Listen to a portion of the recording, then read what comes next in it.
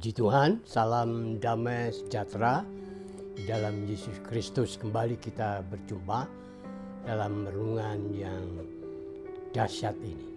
Namun mari kita tunduk kepala, kita berdoa lebih dahulu.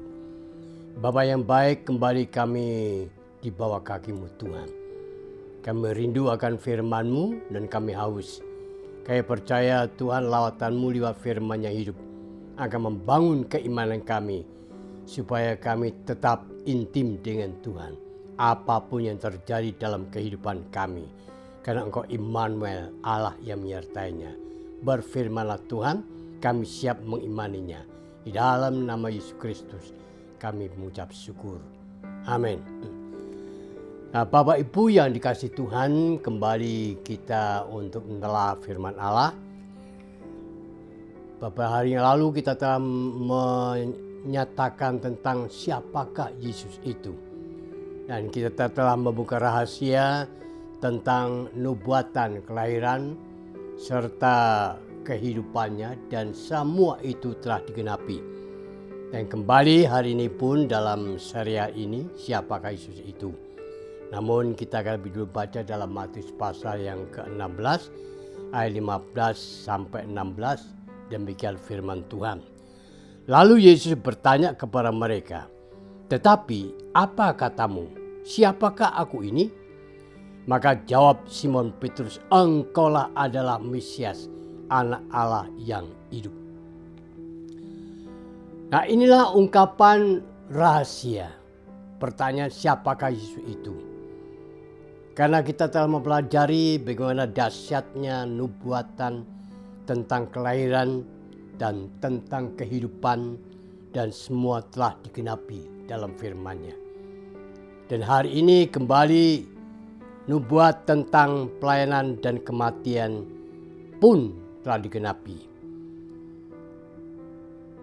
Dalam ayat-ayat tadi jelas bagaimana pertanyaan itu kepada Petrus dan kepada beberapa murid Tuhan. Karena Yesus belum merasa, orang Jawa bilang, srek iman mereka. Karena anggapan banyak orang kadangkala tidak sesuai dengan kehendak Tuhan. Karena itu hari ini kita akan melihat penggenapan itu, bahwa seperti anak manusia datang bukan untuk dilayani, tapi untuk melayani dan memberikan nyawanya menjadi tebusan banyak orang, bahkan semua orang dalam dunia ini. Nah, dalam Yesaya pasal 9, di sana bagaimana saya mengungkapkan akan nubuat tentang Yesus itu sebagai penasihat ajaib, Allah yang hidup, Bapa yang kekal, Raja damai.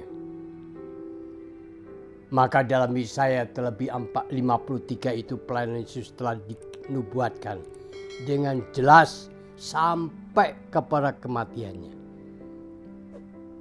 Itu perjanjian lama. Kemudian maju lagi dalam perjanjian baru, digenapi jelas dalam keempat Injil, Matius, Markus, Lukas, Yahya, tentang kehidupan pelayanannya, mujizatnya, kuasanya. Bahkan Yesus sendiri mengatakan, mendekati mereka yang berkata kepadaku, tak berikan kuasa baik di surga maupun di bumi. Keempat Injil itu jelas dan gamblang sekali. Apa yang dilakukan Yesus semasa 33,5 tahun. Dan semua itu dinilai, semua dilihat, semua dinikmati pelayanannya. Dan tidak ada yang mustahil. Kita melihat bagaimana hebatnya dalam 4 Injil itu.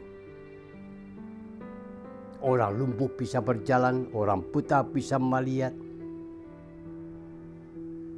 orang yang timpang bisa berjalan, orang yang tuli bisa mendengar, bahkan orang mati pun bisa dibangkitkannya. Namun manusia, walaupun mereka itu melihat dengan mata kepala sendiri bagaimana keajaiban kuasa Yesus, kasih-Nya kepada mereka. Sehingga Yesus datang dalam keadaan manusia 100%. Dia menolong banyak orang. Dan semua itu apa yang dia kerjakan diungkapkan oleh Yesaya sebelumnya. Yesaya pasal 53 ayat 7 sampai dengan 10. Bahkan lebih lagi Petrus menggarisbawahi. 1 Petrus pasal 2 ayat 21 sampai 24. Bapak Ibu boleh baca di rumah atau mungkin ke membaca Alkitab saat ini. Dan itu digenapi apa yang dikatakan Yesaya dalam perjanjian lama tentang pelayanan, penderitaannya, kematiannya, kebangkitannya, bahkan sampai kepada kenaikan Dia dalam surga. Dan jelas lebih juga dijelaskan oleh Lukas dalam Kisah Para Rasul pasal 16 ayat 11. Nah, melalui kenyataan ini, Yesus pun agar apa yang Dia kerjakan di bumi ini bisa dikerjakan oleh orang percaya, oleh orang beriman, supaya lebih jauh menjangkau jiwa-jiwa yang belum diselamatkan. Karena itu Allah menjanjikan, memberikan wewenang kepada murid-muridnya, kepada orang percaya untuk memberitakan Injil. Dan supaya dapat menyatakan kuasa dan mujizat-Nya. Karena kuasa dan mujizat Yesus Kristus itu tidak berubah. Dan itu akan tetap untuk selama-lamanya. Kapanpun dan dimanapun itu bisa terjadi. Karena Tuhan adalah 100% Allah. Dia sanggup mengadakan yang tidak ada menjadi Dia. Karena itu Bapak Ibu Saudara sekalian, orang dimanapun berada yang percaya, terlebih yang beriman kepada Yesus Kristus, mari pegang teguh keimananmu. Prinsip-prinsip imani harus dimiliki. Jangan menjadi tawar, bimbang, ragu tentang Yesus itu. Karena Yesus itu bukan nabi, bukan rasul, tapi Dia Allah yang Maha Kuasa. Tajamkanlah kepercayaan keimananmu kepada Yesus. Pegang teguh. Jangan goyah. Jangan kendor. Bahkan jangan sampai tinggalkan Tuhan. Dalam Markus pasal 16 ayat 17a, Yesus mengatakan, inilah wewenangnya bagi mereka yang percaya akan Yesus dan firman-Nya. Mengatakan tanda-tanda ini akan menyertai orang-orang yang percaya. Mereka akan mengusir setan demi namaku. Ini ungkapan mulut Yesus sendiri. Mari, ini firman-Nya hidup. Dan firman Tuhan tidak pernah gagal. Sepanjang engkau melakukan, sepanjang engkau mengimaninya, pasti akan terjadi mujizat-mujizat yang besar. Tuhan memakai Bapak Ibu Saudara dimanapun berada untuk hormat dan kemuliaan Tuhan. Dalam nama Yesus Kristus, biar semua ini digenapi dalam kehidupan Bapa. Amin. Bapa yang baik, terima kasih buat firman Allah. Saat ini berhenti, tapi Roh Kudus akan mengerjakan selanjutnya.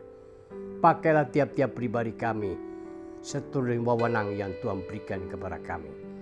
Teguhkan iman kami ya Tuhan, supaya kami tidak goyah sepanjang kami dekat dengan Tuhan.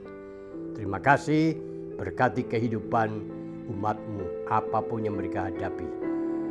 Dalam nama Yesus Kristus kami bersyukur buat firman. Amin.